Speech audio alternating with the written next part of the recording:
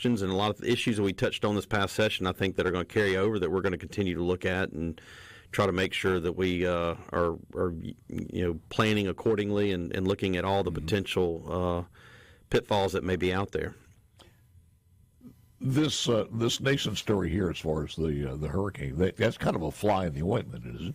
Because it is. If you have a lot of damage, you never know. That's going to throw everything out. It changes your perspective depending on how much damage you have and what all is needed from MEMA. MEMA is something that you don't really think about until you need it, and we need to be prepared. Obviously, there's a lot of expense in recovery and dealing with storm damage and helping our communities get back online. I think that's the one thing that whenever you have these hurricanes that come through and damage these communities, the biggest thing that we need to think about, and I think one of the things that's most important to us is to get everything back in order where people can come back into the community and live. Because if there's so much damage, they move off.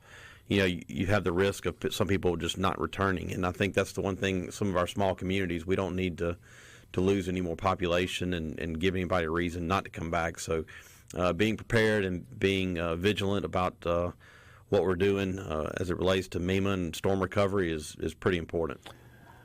I know you've gotten from different people a lot of information as far as how do we do this on the grocery tax? Do we do this? What do you cut? Is there an alternative way to do this? Have you come up with some kind of an idea if that's a possibility on the grocery tax? Well, I mean, whether it's the grocery tax, whether it's the income tax, whether it's every tax everybody is concerned about, and people have ideas. Property taxes, business taxes. I think that's the thing that we have to look at it in total. When you cut taxes, what implications does that have going forward with the services that people expect out of government, and if we have a largesse, how do we, take that largesse and what are we doing with it? And I think over the last couple of years, I don't think anybody argues that the record revenues that we're seeing is because the federal government pumped so much money into the states after COVID, and we were, taking kind of trying to figure out how to adapt when you come in at COVID and you're clicking along and your revenues are doing great, and all of a sudden 2 months later you're completely upside down and you're having to cut budgets. And I think, but coming out of COVID, we've had record revenues, and a lot of that money we have spent on infrastructure investment. We've done roads, we've done water, sewer, broadband. We're trying to spend it reinvesting back in our communities and back in our state.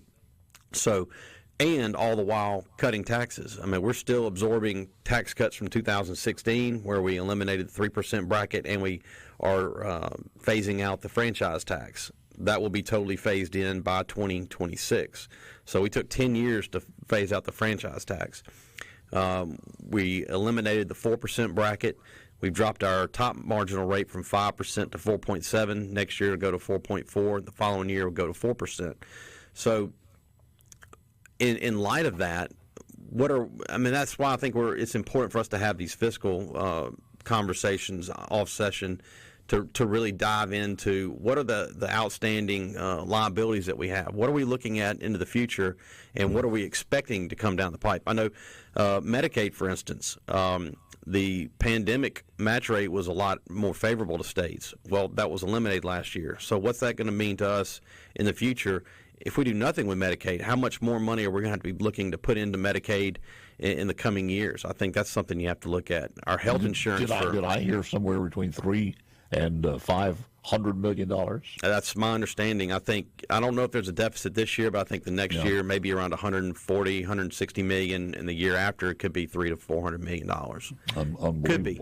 So we need to plan for that. And I say that to say that that's why we need to have these conversations, and we need to start diving in and looking at what do we need to be prepared for. I mean, that doesn't even address PERS and the unfunded liability we have with PERS. I think that's why it's important to take all these things into consideration when you're trying to navigate through tax policy. For all intents and purposes, the Finance Committee is like the chef in the kitchen. It makes the sandwich, and whatever the sandwich is, the appropriations has to eat it and has to come up with a budget out of that. So what we bring in our revenues and what the appropriations committee has to spend, they go hand in hand. That's why it's important. That's why it was important to. I don't like a comparison. Let me give you another one. You're the fiscal physician. to get the patient weaned off of taxes, and I think you've basically been successful when you talked about the franchise tax. Yeah. So we were weaned off of that. How about the inventory tax? Well, the inventory tax was taken when we quote eliminated the inventory tax. We basically made it to where you get a credit for it when you pay it at the local level. But if you eliminate your income tax, you're going to be back paying the inventory tax, because the inventory tax that you paid at the local level, because your local entities are the ones that collected the inventory tax, you would take it as a credit off your state income tax.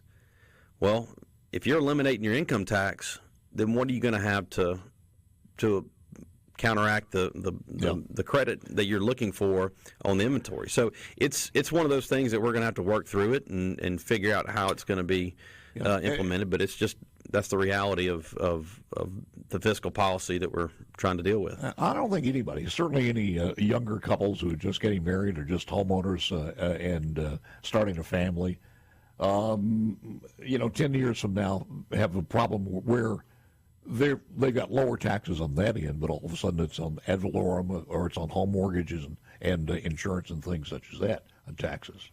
Yeah, I mean, look, every state, their fiscal policy is different. I mean, they get you somewhere else. I mean, people talk about Texas and they don't have an income tax, but nobody, I don't hear anybody crowing about their property taxes in Texas. They lament it. I was just over there last week, and my sister lives there, and she was talking about it.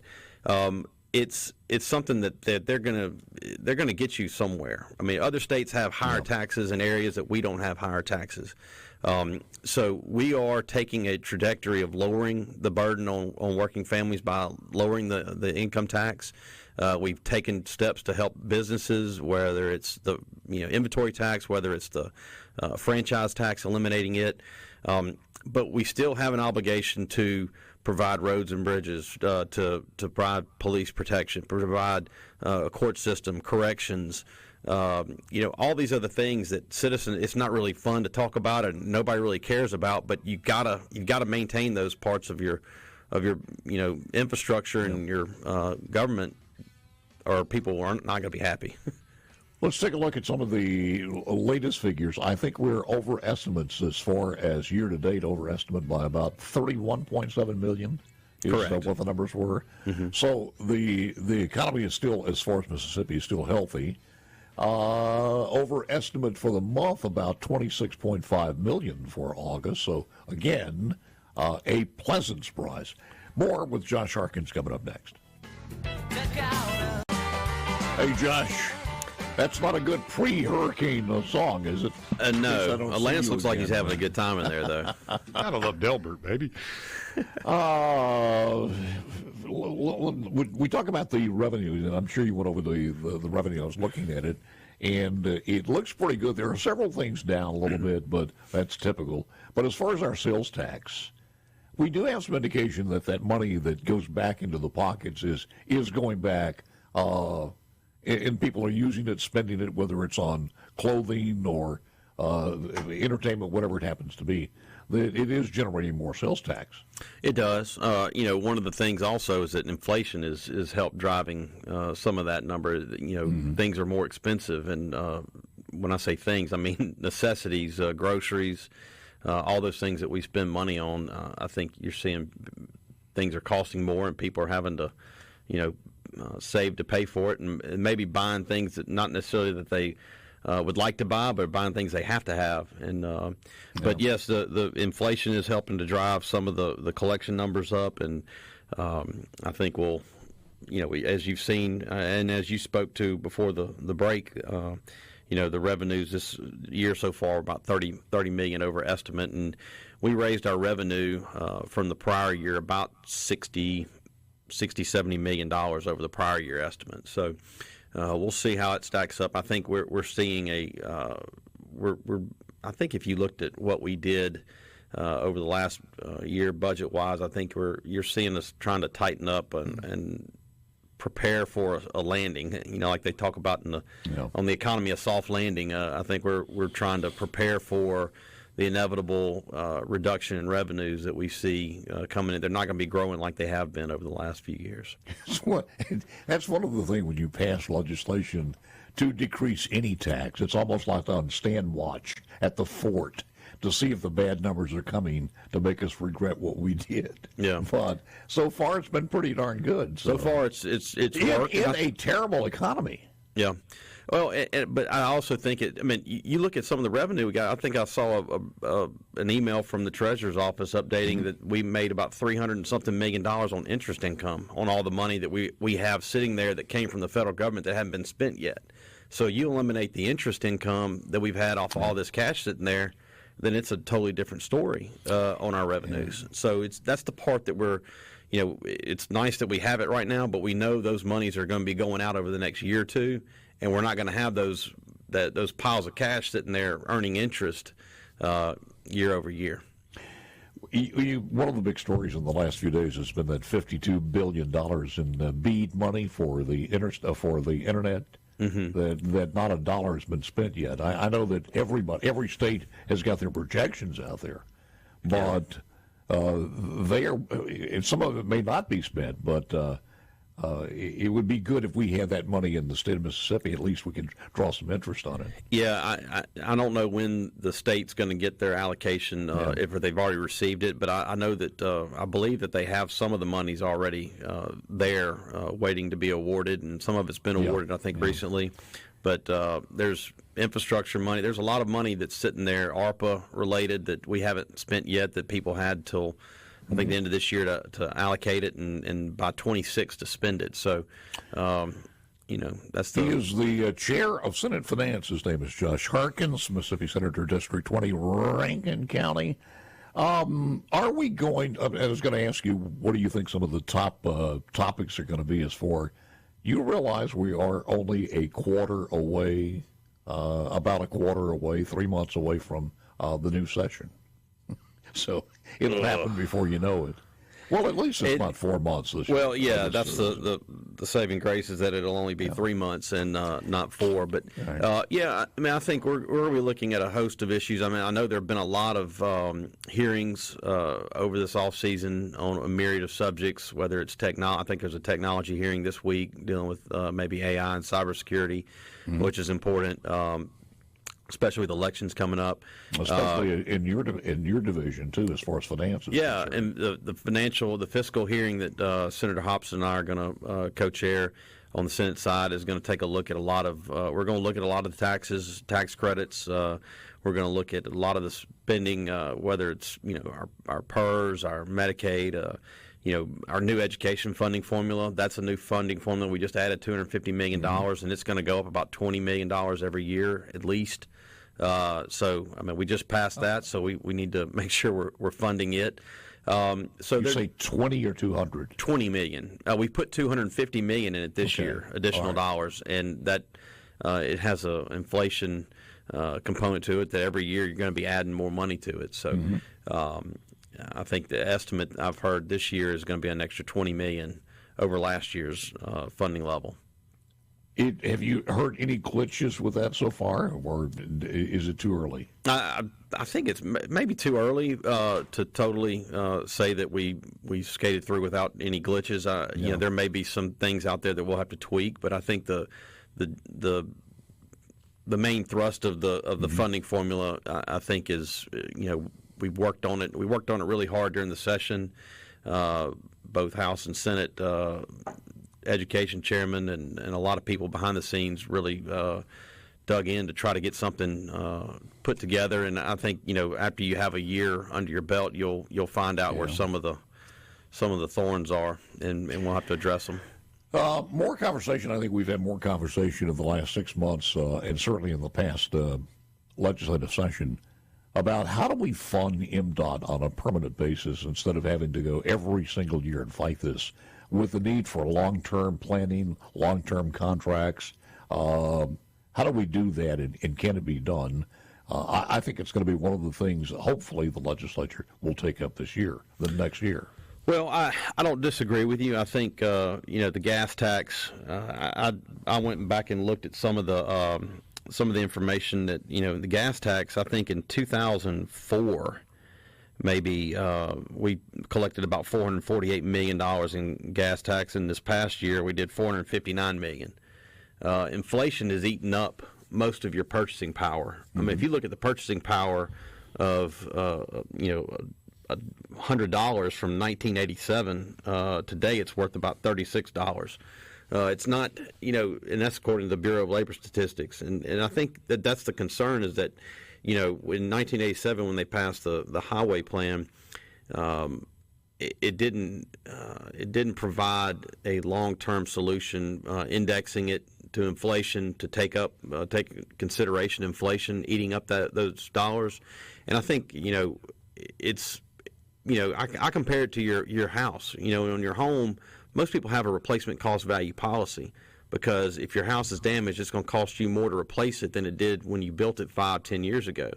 Well, our infrastructure it's way more expensive to lay asphalt and do road construction than it was in 1987, but we're still collecting relatively close to the same amount we were back then. So those dollars are eating up. Are you saying tie the tax on Mississippi per gallon of fuel, which is now I think 18.5 cents, to inflation? So if the inflation goes up, there was an inflation. There's been talk about they should have indexed it to inflation to allow for inflation to deal with the rising cost in construction.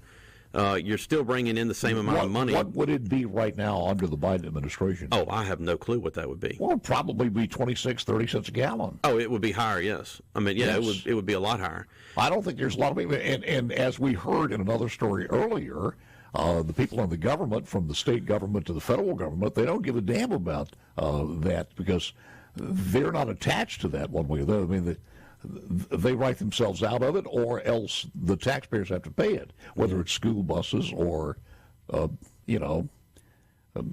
federal or state-issued vehicles. Mm-hmm.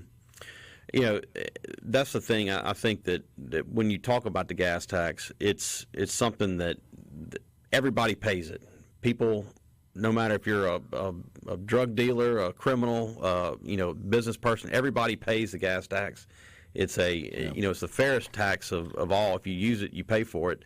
And at some point, we're going to have a good discussion on where we're going to find some more funding. Because right now, we're subsidizing it with general fund dollars. Mm-hmm. But we have stuck hundreds of millions of dollars year over year into infrastructure that is generated from income tax and sales tax. It's not necessarily gas tax that's going to pay it. Plus, we have some other concerns out there as far as corrections are asking for more money, of course. Mental health is asking for more money. You got PERS. That's a big hole there. So there's no shortage of places that need it. Paul, I think you're echoing the reasoning behind having these fiscal hearings and to talk about what our responsibilities are and making sure that we cover those, but also making sure that we ease the burden on working families. Here's a suggestion when we come back, because they ought to provide your committee with free alcohol. But to that end, final thoughts when we come back in just a moment. Let us return to Senator Josh Harkins. Coming up at 8:20, or rather 8:05 this morning, Howard Stovall, producer, Mighty Roots Music in the Mississippi Delta in Stovall, which it happens to be the home of a guy named Muddy Waters, by the way, and we'll talk about that. Final segment here. You got a lot of mergers going on. Kroger wants to merge with Albertsons. There's a couple of other mergers. There's the profit margin that's been in the news as far as grocery chains out there. Under 2% of they do what they do to make a profit margin of about 1.4, 1.6%. We understand all of that. The price controls that Kamala Harris is talking about would probably empty our shelves. As far as the supply line, there are so many things that could go wrong after November the 5th. It's a little bit scary, but in our state, with a narrative on grocery taxes and everything else, there seems to be, from what I hear, a desire of more competition to come in from not only Costco, because Costco has only one place, is my understanding, in the state. I hear they're potentially looking at one on the coast as well. They want to go to the coast, but again, they want a liquor store there, and they can't have it. I think we passed legislation to allow one. We did. Was that sound? So you have two? It was. I believe it was a bill that allowed, if there was an investment of at least maybe $25 million, it allowed for the opportunity on the coast to have one. So would that be set that arbitrary number of $25 million that can a Kroger come in less than that for $25 million? I don't know. That was the number. I mean, why would they put Why would you put $25 million on? Because they didn't. It was allow somebody that had allow someone who had a liquor license already, that if they made a significant investment versus just a package store that had two package stores and had two. I got you. I mean, there's not much of as a sizable investment as it would be if a Costco came in or a large box retailer. So why wouldn't you make it three, so if you can have one in the central Mississippi area and the population of Jackson, you could also do the same for the people up in DeSoto County? It very well may come about. I think that's the first step to. It's what could pass. I mean, we've had a lot of different alcohol bills just to ship wine to your house. I mean, we've tried that several times, and we'll probably try it again next year. There were a lot of liquor bills. Most of them died, of course. And I'm not even sure where the center is right now, because we were talking about buying land, and you know where that is? I've heard it's somewhere maybe on that Nissan Parkway going over towards the Amazon site. I think there may be a site somewhere over in that area that's where the new facility is going to be going. We lost the Levi plant. Is that big enough to move somebody into? It's certainly big enough to move several somebodies into. It's about a 500,000 square foot building. I think for the. I mean, I actually was informed about that before it happened and inquired about it. I think the foundation was not maybe thick enough or didn't have the support enough to have the equipment that's going to be in there. They are out now, aren't they? Or I don't know the current stat. I think there may be a drawdown, but I don't know when the exact date is. We were talking about the casket company in Batesville. Somebody alerted me that they have left. The casket company is no longer in Batesville. So your final thoughts coming up to the next 3 months and into a session? Well, I think we're taking the steps right now that in the legislature, in the House and the Senate. Senate's got a lot of hearings coming up. We're going to take a deep dive into a lot of fiscal matters. I think it's open to the public. It'll be live streamed.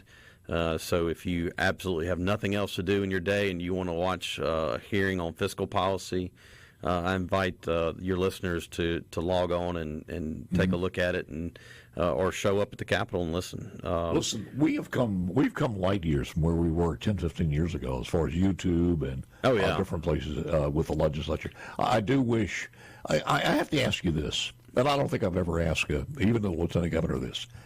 Why don't you people just use a board like the House as far as counting your votes instead of going through this rigmarole? Well, every vote. I mean, is that in the Constitution? You have to do that in the rules. The way that it's always been done is most bills are passed on the morning roll call. So when you're there, you're present, you're counted voting for it, and if you want to vote against it, you raise your hand to vote against it, and he records you as voting no. Or if it's a roll call vote, they'll request a roll call vote. Well, I understand that, but you got to go through every senator, and it just takes it's laborious.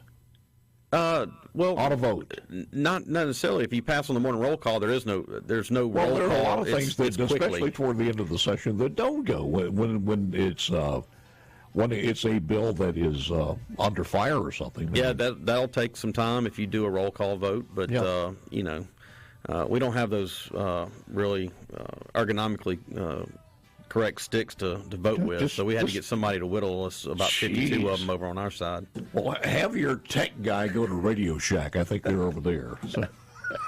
Thank you, man. Appreciate it very much. Good to see you, Paul. Thank you for having me. Good to see you. Josh Harkins, Senator, District 20, Rankin County. Radio Shack is next to Blockbuster.